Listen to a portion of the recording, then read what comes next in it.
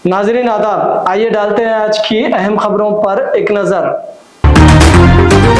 Chief minister Revanth Reddy ने कहा कि बाद जुनूनी अफराद मंदिरों और मसाजिद पर हमला करके आवाम को मुश्तिल करने की कोशिश कर रहे हैं, लेकिन तेलंगाना समाज एक समझदार समाज है। वो ऐसे इश्तियाल अंगेज कार्रवाइयों की हौसला अफजाई नहीं कर रहा है। ऐसे अफराद पर काबू पाने के लिए समाज तेलंगाना हुकूमत को मुकम्मल ताउन फराहम कर रहा है।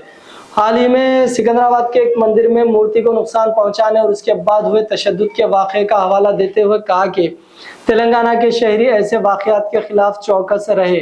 उन्होंने हैदराबाद के गोशामेल स्टेडियम में यादगार शहीदान पुलिस प्रोग्राम से खिताब करते हुए कहा कि हालिया दिनों के दौरान मंदिर वाक़या और दीगर वाक़यात तशवीश का सबब है। ऐसे जराइम करने वालों की ज़हनी हालत और मुकामी सूरत हाल का जायजा लेते हुए पुलिस को सख्त कार्रवाई करने की जरूरत है और वो कर रही है। ऐसे जराइम में मुलविस अफराद को गिरफ्तार करते हुए ऐसी हरकतें करने वालों को सख्त सजा दी जाएगी। निजामाबाद में बीआरएस का एहतजाजी मुजाहिरा, किसानों को रैतू बंधु के अदम फराहमी के खिलाफ। निजामाबाद में साबिका रुकन असम्बली गणेश गुप्ता की क़यादत में बीआरएस पार्टी के कायदीन ने जबरदस्त एहतजाज करते हुए हुकूमत के अलामती पुतले को नजर आतिश किया। हुकूमत से फौरी किसानों को रैतू बंधु की रकम फराहम करने का मुतालबा किया। साबिका सदर जिला परिषद विट्ठल राव, टाउन सदर राजू और दीगर कायदीन ने इस मौके पर हुकूमत के खिलाफ शदीद एहतजाज करते हुए कहा कि कांग्रेस पार्टी इख्तिदार में आने से कबल किसानों को रैतू बंधु और सरमायाकारी की रकम फराहम करने का ऐलान किया था, लेकिन अभी तक फराहम नहीं किया गया। बारिश की फसल कटने के लिए तैयार है, लेकिन अभी तक रैतू बंधु की रकम किसानों के खातों में जमा नहीं की गई। चीफ मिनिस्टर रेवंत रेड्डी ने 6 गारंटी स्कीमात पर अमल करने का ऐलान करते हुए इससे फरामोश कर दिया। हरियाणा के गवर्नर बंडारू दत्तात्रेय के काफिले में शामिल गाड़ियों को हादसा पेश आया। पुलिस के मुताबिक इतवार की रात जब गवर्नर हैदराबाद से हरियाणा के लिए रवाना हो रहे थे तो उनका काफिला शमशाबाद इंटरनेशनल एयरपोर्ट की तरफ बढ़ रहा था। इस दौरान किशनगुड़ा पुल के करीब एक कार अचानक उनके काफिले के दरमियान आ गई, जिसकी वजह से एक गाड़ी के ड्राइवर ने फौरी ब्रेक लगाई। इसके नतीजे में काफिले में शामिल 3 गाड़ियां एक दूसरे से टकरा गई। हादसे में 3 गाड़ियों को नुकसान पहुंचा, जबकि सिक्योरिटी के अमले के चंद अफराद मामूली तौर पर जख्मी हुए। खुशकिस्मती से किसी भी तरह का कोई जानी नुकसान नहीं हुआ। शमशाबाद पुलिस ने इस वाक़े की तहकीकात शुरू कर दी और केस दर्ज कर लिया है।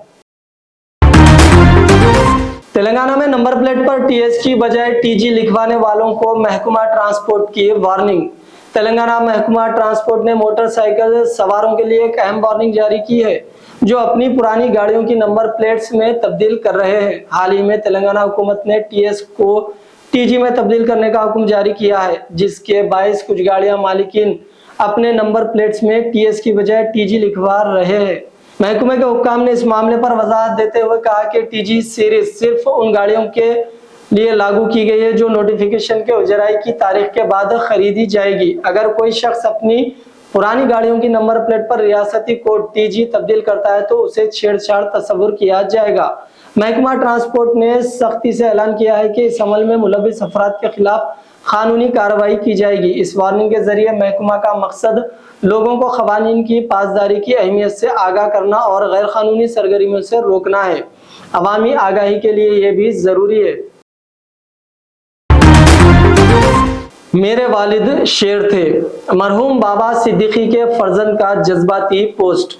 महाराष्ट्र के साबिका रियासती वजीर व एनसीपी लीडर बाबा सिद्दीकी के कत्ल के बाद उनके फर्जंद ने रद्द अमल जाहिर किया है। बाबा सिद्दीकी के फर्जंद व कांग्रेस लीडर जीशान सिद्दीकी ने कहा है कि उनके वालिद के कत्ल के बाद कातिलों की नजरें उन पर टिकी हुई है, लेकिन उन्हें डराया नहीं जा सकता। जीशान ने कहा कि उन्होंने मेरे वालिद को खामोश कर दिया, लेकिन वो ये भूल गए कि एक शेर थे और मैं उन्हीं की दहाड़ अपने अंदर रखता हूँ। उन्होंने सोशल मीडिया प्लेटफॉर्म एक्स पर एक जज्बाती पोस्ट किया।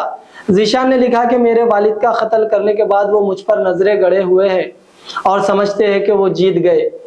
उन्हें मैं बताना चाहता हूं कि मेरे अंदर शेर का खून दौड़ता है। मैं अब भी यहाँ मौजूद हूँ और बेखौफ हूँ। उन्होंने एक को मार दिया, मेरे वालिद को मार दिया, लेकिन उनकी जगह मैं अब उठकर खड़ा हूँ। ये लड़ाई अभी खत्म नहीं हुई। आज मैं वहीं खड़ा हूँ जहाँ वो खड़े थे।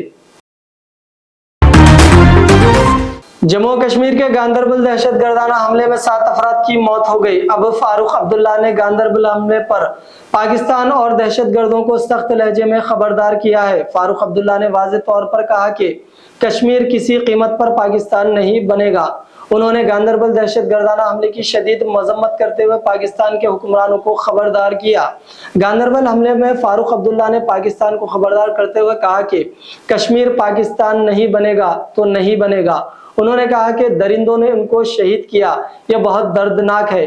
क्या दरिंदों को लगता है कि यहाँ पाकिस्तान बनेगा? कई सालों से देख रहे हैं। मैं पाकिस्तान के हुक्मरानों से कहना चाहता हूँ कि अगर वो वाकई हिंदुस्तान से दोस्ती चाहते हैं तो वो इस सिलसिला बंद करे।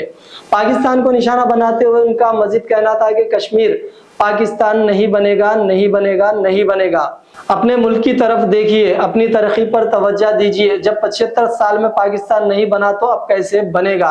ये सब बंद करे वरना नतीजा अच्छा नहीं होगा। वजीर आला उमर अब्दुल्ला ने भी इस हमले की मजम्मत की है। ग्रुप 1 इम्तिहानात के अमल में मुदाखलत से सुप्रीम कोर्ट का इनकार। सुप्रीम कोर्ट ने तेलंगाना ग्रुप 1 उम्मीदवारों की दरखास्त पर मुदाखलत और अबूरी अहकामात जारी करने से इनकार कर दिया है। चीफ जस्टिस की क़यादत में बेंच ने कहा, हाई कोर्ट ने अपने आर्जी अहकामात में तमाम उमूर को वाज़ेह तौर पर बयान किया है। अदालत ने कहा कि तलबा के इम्तिहान मराकिज़ में मौजूद होने के वक्त में मुदाखलत करना दुरुस्त नहीं है। अदालत उज़्मा ने हाई कोर्ट को नताइज के ऐलान से पहले हतमी समात मुकम्मल करने की तजवीज़ दी। रियासती हुकूमत की जानिब से जारी करदा जियो 29 को मनसूख करने की दरख्वास्त करते हुए ग्रुप 1 उम्मीदवारों ने सुप्रीम कोर्ट में दरख्वास्त दायर की। उन्होंने फैसला आने तक इम्तिहानात मुलतवी करने की दरख्वास्त की थी। तो नाज़रीन इकराम, ये थी आज की कुछ अहम खबरें। दीजिए आपके दोस्त अजहर खान को इजाज़त। अल्लाह हाफिज़।